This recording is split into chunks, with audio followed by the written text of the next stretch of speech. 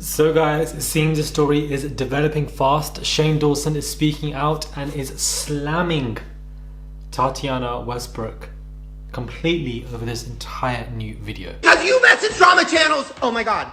Oh my god. Oh my god.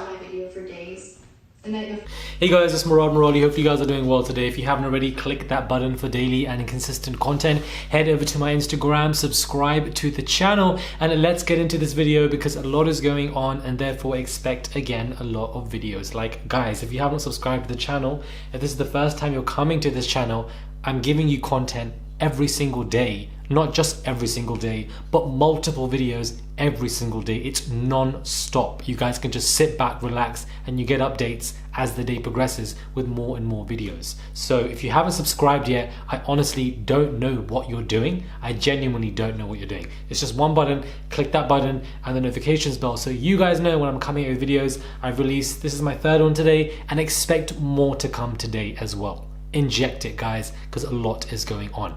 So I of course did a 10-minute analysis video and a review, more so I would say, of the Tati Westbrook video that she made, which was basically exposing Jeffree Star and Shane Dawson to be very manipulative and how they coerced her. Well, Shane Dawson is reacting and this is what he has to say. Oh my god. Oh my god. I'm gonna wait till as many people get in here as possible because I'm losing my mind. Keep playing it. Keep playing it. I didn't know I was making a video. So how is it that so many editorial outlets knew that something was coming? He said, this is an effing lie and I'm losing my mind, in absolute caps. And then he goes into a video that he does with the live stream and he's just completely pissed off and irritated. And he's screaming in the camera saying, you know what, this person's a liar, this person's a manipulator, a complete liar, and that these are fake tears, especially when she's speaking about her own experiences, what she's gone through. He's now saying that, you know, she's a liar, she's fake, and she's all this. My main issue with this is what you decide to speak up against? I did film. Jeffree sent me what he claimed was an audio file from an alleged victim and told me to listen to the pain in her voice. The audio was clearly a small portion of the conversation.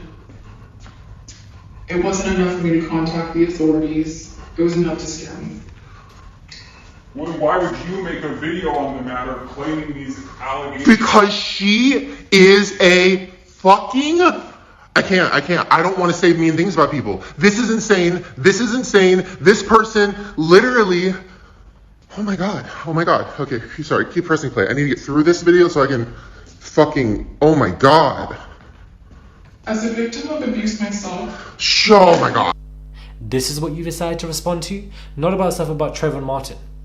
Not about stuff about what was going on with Willow Smith and stuff like that. Not about the other stuff directly. You don't want to address all of that. You don't even want to address the fact that you went in on Beyonce's daughter, Blue Ivy. We're not going to forget that, because that in itself was very unwarranted and just very, very awful to do as a person, to come after a child in such a way. None of that is going to be addressed. None of that you respond to at all in the slightest. However, it seems this is what you want to respond to.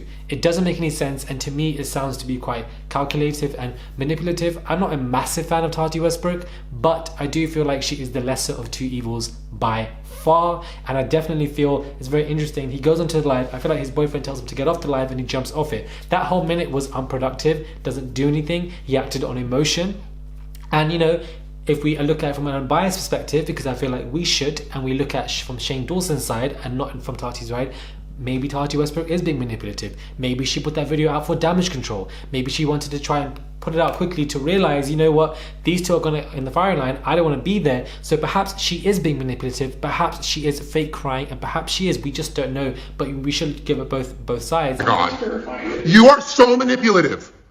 Think of facing public. You're a fake crying. You are fake crying. You are fake crying. That is not real. Oh my god. Oh my god. Oh my god. Oh my god. I was molested. I have been. Oh my god. That is not. I made no mention of it in my video. Oh my god. Get off. The night before posting my video by sister, oh my god, I texted Shane sharing my concerns for Jane. But that video from Shane Dawson, it wasn't needed. It really shows how unstable it is, and it really shows you the lack of understanding that this is what you want to respond to, but not everything else that is going on. That in itself I find to be quite ridiculous and pathetic. Let me know what your thoughts are when it comes to this. He really is slamming Tati, calling her manipulator and saying that everything is just a complete lie from what she is saying. So subscribe to the channel. Let me know what your thoughts are on what Shane Dawson is saying, because he is pissed, guys. Like, he is genuinely frustrated and so angry in this video. He looks so stressed and annoyed at everything that Tati is saying.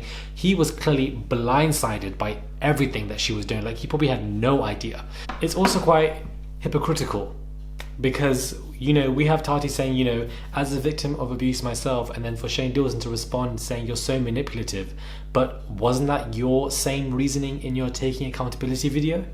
Weren't you the one explaining that you did have childhood trauma in relation to specific events, and that was a kind of abuse that you went through, and therefore that could explain some of your behaviors today and in the past? Doesn't make any sense, does it? Surely if one actually did go through childhood abuse, which he may have gone through, no one is denying that, then you would have empathy for somebody who would say, as a victim of abuse myself. So it doesn't make any sense, because I feel like that in itself, the lack of understanding of how hypocritical that is very foretelling. But at the same time, just because you've gone through something and somebody else uses that same excuse, if you know them, maybe you do know that they are being manipulative. Let's put that side out there.